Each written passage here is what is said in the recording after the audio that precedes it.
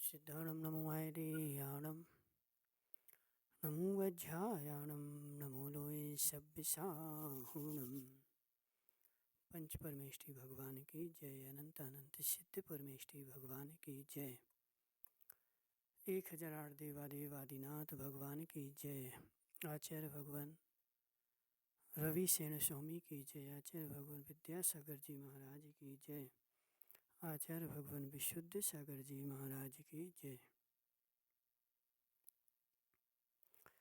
यहाँ पर चर्चा चल रही थी पद्म पुराण की, और जिसमें अपन देख रहे थे कि राम लक्ष्मण वज्र कर्ण के नगर में पहुंच गए थे, और वहां जाकर के राम ने लक्ष्मण के लिए भिक्षा मांगने के लिए भेजा था। और लक्ष्मण वज्र कर्ण के पास भिक्षा लेने के लिए गए, और उसने उत्तम स्वादिष्ट व्यंजन दिए, जो लेकर के लक्ष्मण राम के पास आ गए। और राम उससे प्रसन्न हो गए कि यह जो वज्रकर्ण है यह अतिथि सत्कार में निपुण है, बड़ा धर्मात्मा है। इसलिए लक्ष्मण से बोला कि हे लक्ष्मण, हमारे होते हुए ऐसा धर्मात्मा यदि संकट में हो तो हमारा होना निरर्थक है। तो उन्होंने फिर लक्ष्मण के लिए बड़ी प्रशंसा करके बोला कि एक काम करो, तुम वज्रकर्ण की सहायता के लिए जाओ। तो लक्ष्मण वज्रकर्ण की सहायता के लिए जा रहे थे। तो देखते हैं, अथानंतर अपने गुणों की प्रशंसा सुन जिसे लज्जा उत्पन्न हो रही थी, ऐसा राम ने लक्ष्मण के गुणों की प्रशंसा की तो लक्ष्मण को लज्जा आ गई, और लक्ष्मण राम की आज्ञा शिरोधार्य कर जैसी आपकी आज्ञा यह कहकर तथा प्रणाम कर हर्षित होता हुआ चला गया। उसने राम से बोला कि हे भ्राता, आपकी जैसी आज्ञा है वह आज्ञा मुझे शिरोधार्य है, और मैं आपकी आज्ञा को पालन करते हुए वज्रकर्ण की सहायता के लिए जा रहा हूँ। वह उस समय विनीत वेश को धारण कर रहा था, धनुष साथ में नहीं ले गया था, और वेग से संपन्न था, और इतना अपने आप में उत्साहित था कि इतनी बड़ी सेना से लड़ने के लिए तो जा रहा है, लेकिन धनुष भी नहीं लेके जा रहा है, बिना धनुष के ले जा रहा है, और वेग से संपन्न जा रहा है। पृथ्वी को कांपता हुआ जा रहा था, और जब वो चल रहा था तो पृथ्वी कप रही थी, यानी इतना जोश में भर के जा रहा था। रक्षक पुरुषों ने देखकर उससे पूछा कि आप किसके आदमी हैं। अब वह सिंहोदर के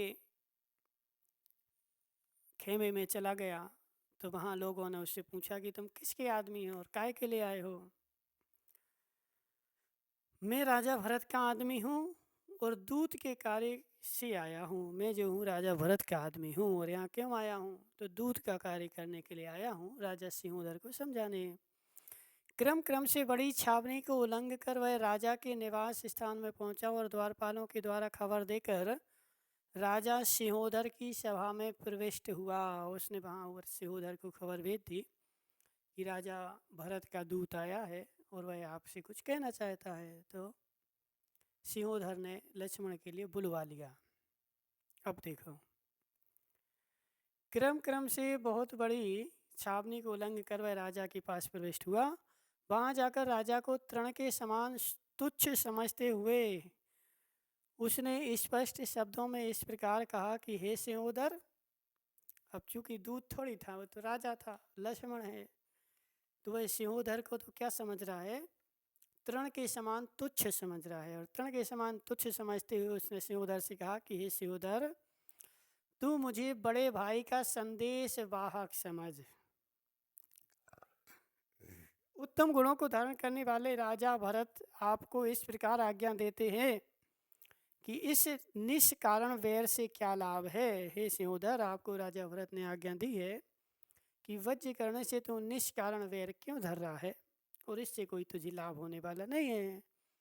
तदनंतर मन को कठोर करके सिंहोदर बोला कि हे दूत, तू मेरी ओर से अयोध्या के राजा भरत से इस प्रकार कहो कि अविनीत सेवकों को विनय में लाने के लिए स्वामी प्रयत्न करते हैं, इसमें क्या विरोध दिखाई देता है। तो उसने पहले तो सिंहोदर को गुस्सा आई, लेकिन उसने अपने मन पे कंट्रोल करके और एक बार लक्ष्मण से कहा कि हे लक्ष्मण, अपने राजा भरत से ऐसा कहो कि वज्रकर्ण जो है वो मेरा सेवक है, और जब सेवक आज्ञा से बाहर हो जाए, आज्ञा का उल्लंघन करने लगे, तो उसको उल्लंघन ना करने देने के लिए राजा उसको अपनी आज्ञा में करता है, और मैं भी यही कर रहा हूँ, मेरा इसमें क्या दोष है। ये वज्रकर्ण जो है दुष्ट है, मानी है, मायावी है, अत्यंत नीच है, क्रोधी है, क्षुद्र है, मित्र की निंदा करने में तत्पर है, आलस्य से युक्त है, मूढ़ है, वायु अथवा किसी पिशाच ने इसकी बुद्धि हर ली है, यह विनयाचार से रहित है, पंडित अमान्य है और दुष्ट चेष्टाओं से युक्त है। ये दोष इसे या तो दमन से छोड़ सकते हैं या मरण से, इसलिए इसका उपाय करता हूँ, इस विषय में आप चुप बैठिए। राजा सिंहोदर ने बोला कि मेरा सेवक वज्रकर्ण राजा जो है वो कैसा हो गया है, दुष्ट हो गया, मानी हो गया, क्षुद्र हो गया, और समस्त प्रकार की जितनी कुबातें हैं वो सब उसमें आ चुकी हैं, और अब मैं इसका दमन करूंगा या मरण करूंगा। इसके दो ही उपाय हैं, या तो इसको दबा दिया जाए या इसको मार दिया जाए, इसके अलावा तीसरा कोई इसका उपाय नहीं है। और आप एक काम करो कि आप इसके बारे में चुप बैठो, कुछ भी बोलना नहीं। तदनंतर लक्ष्मण ने कहा कि इस विषय में अधिक उत्तरों से क्या प्रयोजन, चूँकि यह सब आपका हित करता है, अतः इसका यह सब अपराध क्षमा कर दिया जाए। लक्ष्मण ने अपनी ओर से सिंहोदर से कहा कि हे राजन, यह वज्रकर्ण जो है वो आपका सम्मान करता है और धर्मात्मा है, इसलिए इसके सारे जो दुर्गुण हैं वह सारे दुर्गुण एक काम करो, एक बार माफ कर दो। लक्ष्मण के इस प्रकार कहते ही जिसका क्रोध उबल पड़ा और जो संधि से विमुख था, ऐसा सिंहोदर अपने सामंतों की ओर देख गरज कर बोला कि ना केवल यह दुष्ट वज्रकर्ण ही मानी है, किंतु उसके कार्य की इच्छा से आया हुआ यह दूत भी मानी है। ऐसे जब चूंकि लक्ष्मण तो दूत बन के गया था, और दूत का काम क्या होता है, जितना राजा ने बोला है उतना को उतना बोल देना। लेकिन लक्ष्मण जब अपने आप से उनको समझाने लगे तो सिंहोदर को क्रोध आ गया कि ये जो वज्रकर्ण है यही मानी नहीं है, इसके पक्ष में जो संधि करने के लिए जो दूत आया है यह भी मानी है। और लक्ष्मण को देख करके उसका क्रोध एकदम उबल गया और क्या बोल रहा है, अरे दूत, जान पड़ता है तेरा यह शरीर पाषाण से ही बना हुआ है, और अयोध्यापति का यह दुष्ट भृत रंच मात्र भी नम्रता को प्राप्त नहीं है, अर्थात इसमें बिल्कुल भी नमस्कार नहीं किया। अब लक्ष्मण ने राजा को नमस्कार तो किया नहीं और अपनी बात कहने लगा। तो वह बोल रहा है कि यह जो दूत है अयोध्या के अधिपति का, यह भी कैसा है, महामानी है, इसके पास भी मान है, वज्रकर्ण के पास भी मान है, और राजा भरत के पास भी मान है। और उसने अपने सारे सामंतों की ओर देख करके अब वो बोल रहा है, क्या इसने मुझे नमस्कार तो किया ही नहीं, सचमुच ही उस देश के सब लोग तेरे जैसे ही होंगे, जैसा तू है ऐसे ही उस वहाँ के सब लोग होंगे। क्यों होंगे, जैसे बटलोई का एक चावल का दाना देखा जाए तो उसके जैसे ही सारे दाने होते हैं, तो जैसा तू अविनयी है ऐसे सब लोग अविनयी होंगे। ऐसा राजा वज्रकर्ण ने नहीं, सिंहोदर ने लक्ष्मण से कहा। सिंहोदर के इस प्रकार कहने पर कुछ क्रोध को प्राप्त हुआ। लक्ष्मण बोला कि मैं साम्य भाव स्थापित करने आया हूँ, तुझे नमस्कार करने नहीं। लक्ष्मण को भी थोड़ा सा क्रोध आ गया, और क्रोध में आकर के वो क्या बोल रहा है कि हे राजन, मैं जो हूँ यहाँ पर तुम्हारे और वज्रकर्ण के बीच में साम्य भाव कराने आया हूँ, मैं तुम्हें कोई नमस्कार करने नहीं आया हूँ। सिंहोदर, इस विषय में बहुत कहने से क्या, संक्षेप से सुन, या तो तू संधि कर या आज ही मरण का आश्रय ले। लक्ष्मण को क्रोध आ गया, या तो तू संधि कर, अभी बहुत सारा समझा रहे थे, साम दाम दंड भेद, तू समता से नहीं समझा तो या तो आप समझ जा कि या तो संधि कर ले या तू मरण को प्राप्त हो जा। यह कहते ही समस्त सभा परम क्षोभ को प्राप्त हो गई और नाना प्रकार के दुर्वचन बोलने लगी तथा नाना प्रकार की चेष्टाएं करने लगी। सभा में लक्ष्मण अकेला और बहुत बड़ी सभा लगी, सारे सामंत बैठे, राजा सिंहोदर बैठा। तो अब जैसे ही लक्ष्मण ने कहा कि या तो संधि कर या मरण को प्राप्त कर, तो तुरंत राजा वज्र का सिंहोदर और सिंहोदर के सामंत क्रोध में उबल पड़े और क्षोभ में जो है नाना प्रकार के दुर्वचन बोलने लगे लक्ष्मण के विषय में। और यह कहते हुए जिनके शरीर क्रोध से काँप रहे थे, ऐसे कितने ही योद्धा छुरी खींचकर, कितने ही योद्धा तलवारें निकालकर उसका वध करने के लिए उद्यत हो गए। जिसके जो पास था, किसी के पास छुरी थी, किसी के पास तलवार थी, जिसके पास जो था वह अपना अपना लेकर के लक्ष्मण को मारने के लिए उद्यत हो गए। जो वेग से हुंकार छोड़ रहे थे तथा जो परस्पर अत्यंत व्याकुल थे, ऐसे उन योद्धाओं ने लक्ष्मण को चारों ओर से इस प्रकार घेर लिया जैसे किसी पर्वत को मच्छर घेर लेते हैं। किसी पहाड़ के ऊपर बहुत सारे मच्छर आ जाते हैं, तो ऐसे आचार्य बोल रहे हैं कि लक्ष्मण को भी सारे लोगों ने चारों ओर से तलवारों से, छुरी से, जिसके पास जो जो था भाले से लेकर के और घेर लिया कि अब तुम बच के कहाँ जाओगे, क्योंकि लक्ष्मण तो नारायण है।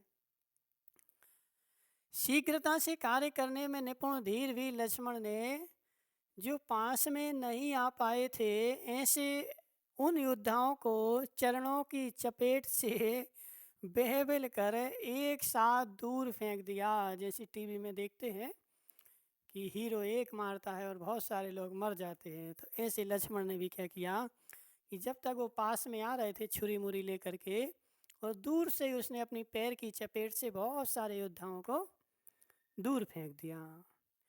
शीघ्रता से घूमते हुए लक्ष्मण ने कितने ही लोगों को घुटने से, कितने ही लोगों को कोहनी से, कितने ही लोगों को मुट्ठियों के प्रहार से शतखंड कर दिए। अर्थात किसी को घुटने मारे, किसी को टेवनी मारे, किसी को मुक्का मारे, और मुक्का ऐसे करके लोगों के शतखंड कर दिए, मतलब 100 खंड कर दिए शरीर के, सब मार डाले।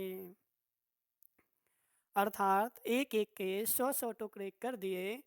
कितने ही लोगों के बाल खींचकर पृथ्वी पर पटक कर उन्हें पैरों से चूर्ण कर डाला। बहुत सारे राजा क्रोधी हो रहे थे, बाल खींचे और बाल खींच करके पृथ्वी पर पटक के और उनको क्या किया, उनका चूरन बना डाला। कितने ही लोगों को कंधे के प्रहार से गिरा दिया और कितने ही लोगों को परस्पर भिड़ाकर उनके सिर एक दूसरे के सिर की चोट से चूर्ण कर डाले और कितने ही लोगों को जंघा के प्रहार से मूर्छित कर दिया। इस प्रकार महाबलवान एक लक्ष्मण ने सिंहोदर की सारी सभा को भयभीत कर विध्वंस कर दिया। सारी सभा, बड़े बड़े सामंत योद्धा राजा बैठे थे, तो एक अकेला लक्ष्मण और सारी सभा, उसने अकेले सारी सभा को विध्वंस कर दिया, सबको अस्त व्यस्त कर दिया। इस प्रकार सभा को विध्वंस करता हुआ लक्ष्मण जब भवन से बाहर आंगन में निकला, तब सैकड़ों अन्य योद्धाओं से घेर लिया। अब जैसे हाहाकार मच गया, बाहर तो बड़े बड़े राजे ही बैठे थे, और नहीं, अंदर तो बड़े बड़े राजा थे और बाहर जो था बहुत सारी सेना थी। तो लक्ष्मण जैसे उन सबको मार के बाहर निकला, तो सारी सेना ने उसको क्या किया, घेर लिया कि अब तुम बच के कहाँ जाओगे, अब हम तुम्हें देखते हैं।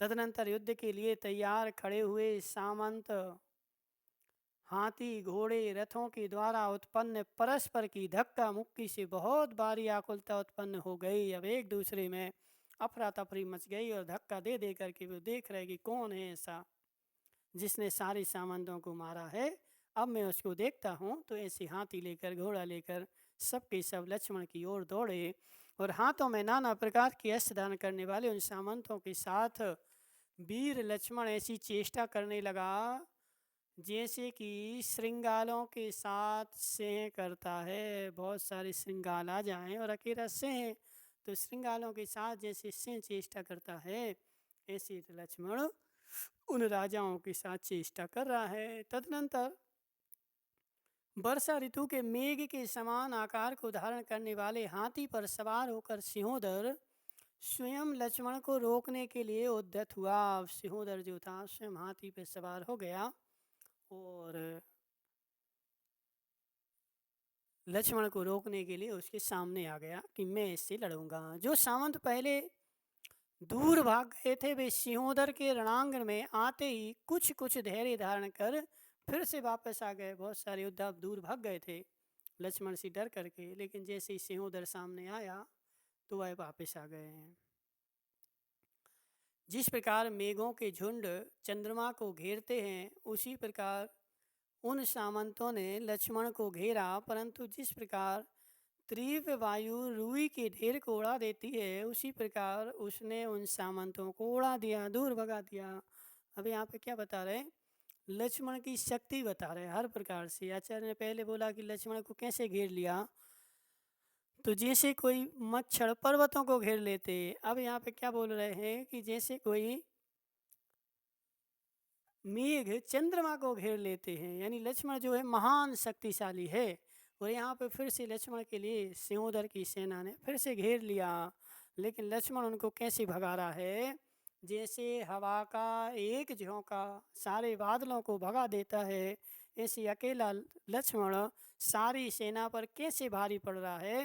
तो देखो, जिन्होंने गालों पर हाथ लगा रखे थे ऐसे अत्यंत आकुलता को प्राप्त थी, तथा जिनके नेत्र भय से चंचल हो रहे थे, ऐसे उत्तम योद्धाओं की स्त्रियां परस्पर में कह रही थी कि हे सखी, जो योद्धा थे उनकी स्त्रियां आस आपस में बैठी बैठी देख रही थी कि हे सखी, इस महाभयंकर पुरुष को तो देखो, इस एक को बहुत से क्रूर सामंतों ने घेर रखा है और यह अत्यंत अनुचित बात है कि एक अकेला लक्ष्मण और बहुत सारे सामंत, यह न्याय की बात नहीं है, अनुचित है।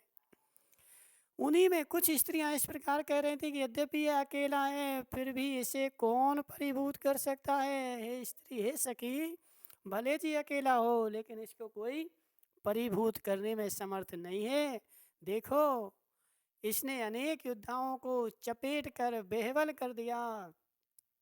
अथानंतर सामने सेना को इकट्ठी होती देख लक्ष्मण ने हंसकर, सारी सेना इकट्ठी होकर के अब क्या कर रही है, तो लक्ष्मण को मारने के लिए आ रही है। सारी इकट्ठी सेना, लक्ष्मण अकेला। तो लक्ष्मण ने अब क्या किया, हाथी बांधने का बड़ा सा खंबा उखाड़ लिया, जिससे हाथी बनता है वह खंबा हाथ में ले लिया। और जिस प्रकार वन में जोरदार अग्नि वृद्धिगत होती है उसी प्रकार सघन हुंकारों से भयंकरता को प्राप्त करता हुआ लक्ष्मण उस सेना पर वेग से टूट पड़ा। हाथी बांधने का खम्मा लेकर के सारी सेना पर वेग के साथ टूट पड़ा, हुंकार भरते हुए। दशांगपुर का राजा वज्रकर्ण गोपुर की अग्रभाग पर बैठा बैठा इस दृश्य को आश्चर्य से देख रहा था, और जो वज्रकर्ण था वह अपनी छत पे बैठा हुआ जिस सारी लड़ाई देख रहा था आश्चर्य के साथ, ये क्या हो रहा है, चमत्कार। जिनके नेत्र हर्ष से विकसित हो रहे थे ऐसे समीपवर्ती सामंतों ने उससे कहा कि हे नाथ, देखो, परम तेज को धारण करने वाला यह कोई पुरुष सिंहोदर की सेना को नष्ट कर रहा है। उसने उसकी सेना, ध्वज, रथ, छत्र आदि सभी तोड़ डाले। अब कौन बोला है, तो वज्रकर्ण के सामंत वज्रकर्ण से बोल रहे कि हे राजन, हमारा कोई भला करने वाला आया है जो सिंहोदर की सेना को देखो कैसे नष्ट कर रहा है, जैसे कोई हाथी केले के वन को नष्ट कर देता है। उसने उसकी सेना के ध्वज, छत्र, चक्र सब तोड़ डाले और तलवारों और धनुषों की छाया के बीच खड़ा हुआ सिंहोदर अत्यंत बेहबल हो भंवर में पड़े हुए के समान इधर उधर घूम रहा है। और सिंहोदर जो है अब कैसा हो गया, तो किम कर्तव्य विमूढ़ा हो गया। जब लक्ष्मण ने सारी सेना को भगा दिया, मार डाला, तो सिंहोदर अकेला बैठा हुआ क्या सोच रहा है कि अब करें तो क्या करें, कहाँ जाएं, कौन सा उपाय अपनाएं। इस प्रकार सोचते हुए इधर उधर सिंहोदर भागता फिरता। ये दूर खड़े हुए सामंत परस्पर कह रहे कि कवच उतार दो, तलवार छोड़ दो, धनुष फेंक दो, छोड़ दो। हाथी से नीचे उतर जाओ, गदा गड्ढे में गिरा दो, ऊंचा शब्द मत करो। शस्त्रों का समूह देखकर यह अतिशय भयंकर पुरुष वेग से कहीं हमारे ऊपर ना पड़े। अब जो आदमी है लक्ष्मण, ये वेग के साथ हमारे ऊपर ना पड़े, तो एक काम करो कि सारे अपन जो हथियार हैं वो फेंक दो। हथियार डाल दोगे तो हमें तो कम से कम मारेगा नहीं, हम बच जाएंगे। इस रास्ते से हट जाओ हरे भट्ट, रास्ता दो। हाथी को यहाँ से दूर हटा, चुपचाप क्यों खड़ा है? अरे दुष्ट सारथी देख, यह आया, यह आया, रथ छोड़, घोड़े जल्दी बढ़ा, मारे गए इसमें संशय नहीं, इत्यादि वार्तालाप करते हुए जो उसके सामंत थे वह सब डर डर करके अपने आप में बातें करते हुए और बोल रहे हैं। योद्धाओं का वेश छोड़कर नपुंसकों की तरह एक और स्थित हो गए। सारे सामंत योद्धाओं का जो भेष था, कवच था, वो सब छोड़ दिया और छोड़ करके एक तरफी खड़े हो गए कि अब हमने जो है हार मान ली। क्या युद्ध में यह कोई देव क्रीड़ा कर रहा है अथवा विद्याधर वायु नाम का कोई व्यक्ति संसार में प्रसिद्ध है? सो यह क्या वही है? इस प्रकार अत्यंत तीक्ष्ण एवं बिजली के समान चंचल है, सेना को इस प्रकार नष्ट भ्रष्ट करके अब यह क्या करेगा हे नाथ? इस प्रकार हमारा मन शंका को प्राप्त हो रहा है। देखो, रोमांचकारी युद्ध में उछल उछल कर भयभीत सिंहोदर को हाथी से खींचकर उसी के वस्त्र से गले में बांध लिया और बैल की तरह बस कर उसे आगे कर आश्चर्य से चकित होता हुआ आ रहा है। लक्ष्मण ने उचक करके सिंहोदर को हाथी पे से पकड़ लिया और उसी के वस्त्र से उसका गला बांध करके और अपने हाथ में पकड़ करके और उसको बैल की तरह घसीटता हुआ ला रहा है लक्ष्मण। इस प्रकार सामंतों के कहने पर वज्रकर्ण ने कहा कि मानवो स्वस्थ हो, देव शांति करेंगे। इस विषय में बहुत चिंता करने से क्या लाभ? महलों के शिखर पर बैठी दशांग नगर की स्त्रियां परम आश्चर्य को प्राप्त हो परस्पर में यह कह रही थीं कि हे साथी, इस वीर की परम अद्भुत चेष्टा देखो, जिसने अकेले इस राजा को वस्त्र से बांध लिया। यह वीर है, महावीर है, दैत्य है, देव है, दानव है कौन जिसके पास इतनी शक्ति है कि यह अकेला और उसके सामने जो है सारा सिंहोदर और सारी सिंहोदर की सेना, तो अकेले लक्ष्मण ने सिंहोदर की सेना को हरा करके और ऐसे महान सिंहोदर राजा को अकेले बांध लिया। इसका पराक्रम जो है वो अद्भुत है। धन इसकी कांति, धन इसका अतिशय तेज और धन इसकी शक्ति। अहो, यह पुरुष उत्तम कौन है? अब सबको यही लगा है कि ये पुरुष कौन है जिसने ऐसा ऐसा काम किया है। अथानंतर वृद्ध और बालकों से सह सिंहोदर की रानी अभय से अत्यंत बेवल होकर रोती हुई चरणों लक्ष्मण के चरणों में गिर पड़ी। सिंहोदर की सारी रानियां लक्ष्मण के चरणों में गिर पड़ी कि हे वीर, मुझे पति का दान दे दो। आज से जो है सिंहोदर तुम्हारा आज्ञाकारी है। लक्ष्मण ने कहा कि देखो, ये सामने ऊंचा वृक्ष खंड है, वहां ले जाकर इस दुराचारी को उस वृक्ष पर लटकाऊंगा। अभी मुझे शांति नहीं मिली, यहाँ जो पास में ऊंचा वृक्ष है, मैं अभी इसको ले जा करके कहाँ उस वृक्ष के ऊपर पहले लटकाऊंगा। तदनंतर बहुत करुण रुदन करती तथा बार बार हाथ जोड़ती हुई बोली कि हे देव, यदि रुष्ट हो तो हम लोगों को मारो, इसे छोड़ दो। यदि तुम्हें गुस्सा आ रही तो एक काम करो, हम लोगों को मार लो, लेकिन हमारे पति को छोड़ दो। प्रसन्न करो, हम लोगों को पति का दुख ना दिखाओ। उत्तम पुरुष स्त्रियों पर दया करते हैं। हे वीर, जो उत्तम पुरुष होते हैं वह स्त्रियों पर दया करते हैं, स्त्रियों पर करुणा करते हैं। इसलिए एक काम करो, तुम सिंहोदर पे नहीं कर रहे कोई बात नहीं, लेकिन हमारे ऊपर करुणा करो। इस प्रकार कहता हुआ लक्ष्मण उस चैत्यालय में आ गया जहाँ सीता सहित राम ठहरे हुए थे और उसको बांध करके लाया और बांध करके लेकर के वह कहाँ ले आया? तो जहाँ राम लक्ष्मण थे उस भगवान चंद्रप्रभु के चैत्यालय में सिंहोदर को ले आया और वहाँ जाकर लक्ष्मण ने राम से कहा कि यह वज्रकर्ण का शत्रु है, इसे मैं ले आया। अब हे देव, जो करना हो सो आज्ञा करो। क्या बोला कि हे देव, आपने हमें आज्ञा दी थी कि सिंहोदर को और वज्रकर्ण की संधि करा दो, तो आपकी आज्ञा के अनुसार मैं सिंहोदर को आपके चरणों में उपस्थित कर दिया है। अब क्या करना है तो आप जानो। अब राम सिंहोदर से क्या कहते हैं, क्या करते हैं, देखेंगे कल। ओम नमः।